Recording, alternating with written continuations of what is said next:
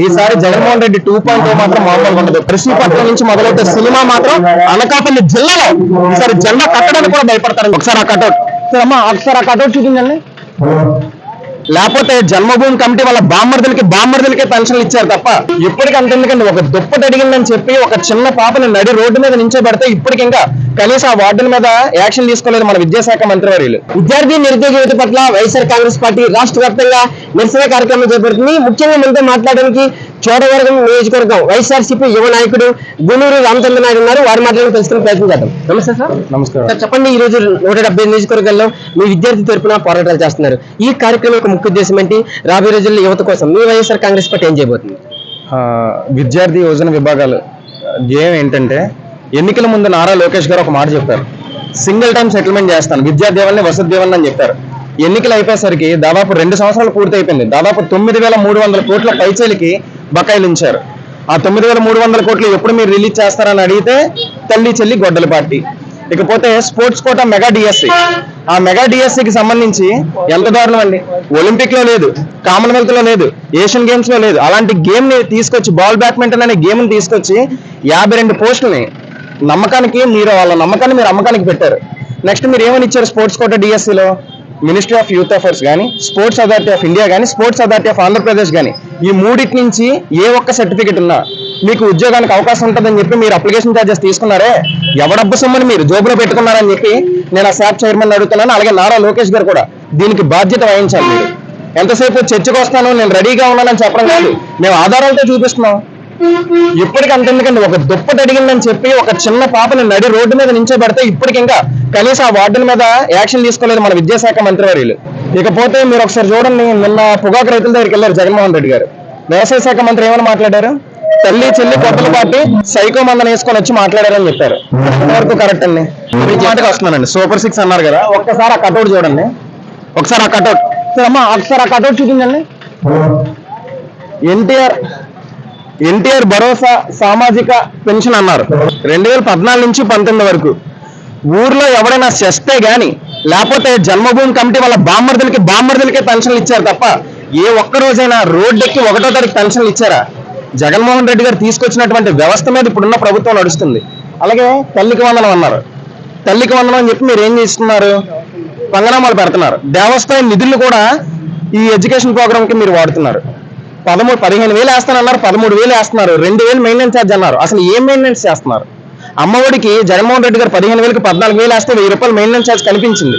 నాడు నేడు ద్వారా 15,000 గవర్నమెంట్ స్కూల్స్ పైచీలకు బాగు చేశాడు ఆయన. వీళ్ళు ఏం చేశారు? అట్లీస్ట్ వాళ్ళు తినే ఆహారాన్ని కూడా సరిగ్గా ఇవ్వలేకపోతున్నారు. ఇవాళ నాదెండ్ల మనోహర్ గారిని కూడా ఫుడ్ కి సంబంధించి మీరు బాధ్యత తీసుకున్నారే, మంత్రిగా ఉన్నారే, ఎంతమంది పిల్లలు ఆహారాన్ని తిని అనారోగ్యం పాలవుతున్నారు చెప్పండి. ఎంత దారుణం అండి అసలు. ఇకపోతే ఒక కొండను తవ్వారు జగన్మోహన్ రెడ్డి గారు. ఒక కొండను తవ్వి ప్రభుత్వ కట్టడాలు కడితే 300 కోట్లు ఖర్చు చేసి, అబ్బో ఇంకా అనకూడదు కానీ పర్యావరణ ప్రేమికులందరూ రోడ్డు ఎక్కేశారు. జగన్మోహన్ రెడ్డి దోచుకున్నారని. మరి ఇవాళ 4 కొండల పైన తవ్వారు. విశాఖపట్నంలో ఉన్నటువంటి సింహాచలం దేవస్థానం కొండ దగ్గర తవ్వారు అదానికి. దాని తర్వాత ఆనందపురం దగ్గర తవ్వారు, తొమ్మాది దగ్గర తవ్వారు. గతంలో ఏం చెప్పారు? హుదూద్ తుఫాను తట్టుకొని నించుందంటే దానికి కారణం ఈ కొండలని చెప్పారు. ఈ కొండలు మొత్తం నాశనం చేస్తున్నారు వీళ్ళు.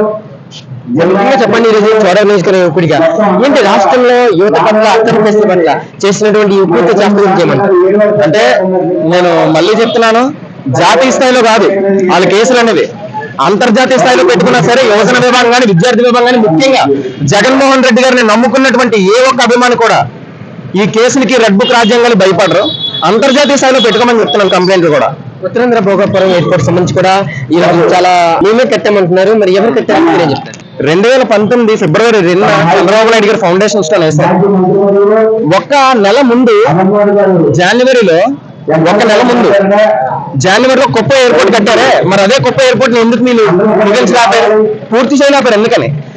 BACS ద్వారా పర్మిషన్ తెచ్చింది జగన్, సైట్ క్లియరెన్స్ ఇచ్చింది జగన్, ల్యాండ్ అక్విజిషన్ పూర్తి చేసింది జగన్, ఇకపోతే R&R సెటిల్మెంట్ చేసింది జగన్. మరీ ముఖ్యంగా వాటర్ ని తీసుకొచ్చారు అక్కడికి జగన్మోహన్ రెడ్డి గారు జియో నెంబర్ 13 ద్వారా. ఎయిర్పోర్ట్ బౌండరీ అంతా కరెంట్ తీసుకొచ్చిన ఘనత జగన్మోహన్ రెడ్డి గారిది. ఇవాళ పని మాది, పబ్లిసిటీ వాళ్ళది అన్నట్టు ఉంది. వైఎస్ఆర్ కాంగ్రెస్ పార్టీలో యువకుడు మీరు నియోజకవర్గాల పునర్విజనలో భాగంగా మీకేమైనా అవకాశం వస్తే మీ నాన్నగారు ఎమ్మెల్యేగా పోటీ చేసిన సందర్భం నుండి రాష్ట్ర వ్యాప్తంగా మీకంటూ ఒక ప్రత్యేకమైన స్థానం కూడా ఏర్పరచుకున్నారు ఉత్తరాంధ్రలో. ఏం సార్ ఏం చెప్తారు మీరు? పదవులు ఆశించి అయితే మేము లేవండి. పదవులు ఆశించి మేము ఉండాలనుకుంటే ఇవాళ అనకూడదు కానీ ఉన్నతమైన స్థాయిలోనే ఉంటాం. 3 సార్లు చేసినప్పుడు ఎమ్మెల్యే ఎవరు లేడు. ఎంతసేపు మా జయం ఉంటుంది. మళ్ళీ జగన్మోహన్ రెడ్డి గారిని ముఖ్యమంత్రి స్థానంలో కూర్చోబెట్టాలి. ఎక్కడ ఉన్నటువంటి అన్ని అమర్నాథ్ గారిని శాసనసభకు పంపించాలి. రెడ్ బుక్ పాలన కాదు, వాళ్ళకి ఏదైనా పేరు పెట్టుకోవాలండి. ఈసారి జగన్మోహన్ రెడ్డి 2.0 మాత్రం మామూలుగా ఉండదు. కార్యకర్తలకు పెద్దపేట వేస్తున్నారు, సినిమా మాత్రం మామూలుగా ఉండదని చెప్తున్నారు. అలాగే మీకు ఇంకొక విషయం చెప్తున్నాను. పక్కన ఉన్నటువంటి పేమెంట్ కోటాలో కొట్టినటువంటి మా పార్లమెంట్ సభ్యులు చంద్రకేళి విజయ్ గారు చాలా ఇష్టానుసారంగా మాట్లాడుతున్నారు అక్రమ కేసుల గురించి జగన్మోహన్ రెడ్డికి. అసలు మీరు జగన్ నామస్మరణలని మీకు నిద్ర పట్టదా? మిమ్మల్ని ఒకటే నేను అడుగుతున్నాను, మెడికల్ కాలేజీల కోసం ప్రస్తావన తండ్రి పెద్దల సభలో, లేకపోతే ఆరోగ్యశ్రీని మళ్ళీ ఆరోగ్యంగా తీసుకురావడానికి ప్రస్తావన తీసుకురండి. లేకపోతే మీరు చాలా పెద్ద ప్రభుత్వం, కేంద్ర ప్రభుత్వం, మంచి చేయండి రాష్ట్రానికి. అంతేగాని ఇంకా జగన్మోహన్ రెడ్డి నామస్మరణ ఏంటండి? మీకు చేతనైతే చేయండి. మేము 1 రూపాయి ఇస్తే మీరు 2 రూపాయలు ఇవ్వండి. అంతేగాని జగన్మోహన్ రెడ్డి నామస్మరణతోనే గడిపేద్దాం అనుకుంటే మాత్రం రానున్న రోజుల్లో ఖచ్చితంగా నర్సీపట్నం నుంచి మొదలవుతే సినిమా మాత్రం అనకాపల్లి జిల్లాలో ఈసారి జెండా కట్టడానికి కూడా భయపడతారని చెప్తున్నా. చేస్తున్న వ్యాఖ్యలు జగన్మోహన్ రెడ్డి పైన ఈ మధ్యన చాలా ఎక్కువగా అని ఏం సార్? కోటికి కొబ్బరి చెప్పు దొరికినట్టు అయిపోయిందండి వాళ్ళ పనంతా కూడా. పంత నానాజీ గారు కావచ్చు, ఏదో ఇష్టానుసారంగా బాంచెట్ 2 చూసుకున్న అది అన్నాడు. జగన్మోహన్ రెడ్డి వరకు అవసరం లేదండి. ఆయన నమ్ముకున్న మాలాంటి అభిమానులు చాలు. వాళ్ళ నోటి తాలాపన వాళ్ళని దిగజారుస్తుందని చెప్తున్నాను. మళ్ళీ ఎవరు గెలవబోతున్నారు? 29కి గెలవబోతున్నాయి. 29 వరకు అవసరం లేదండి. రేపు జరగబోయే గ్రామస్థాయి ఎన్నికల్లోనే అర్థమైపోద్ది అందరికీ సినిమా. ఒక్క పెన్షన్ ఇవ్వలేదండి, ఒక్కరికి ఒక పెన్షన్ ఇవ్వలేదు, ఒక ఇల్లు ఇవ్వలేదు. ఇంకా ఏమో పెట్టుకుని ఓట్లు అడుగుతారు వీళ్ళు.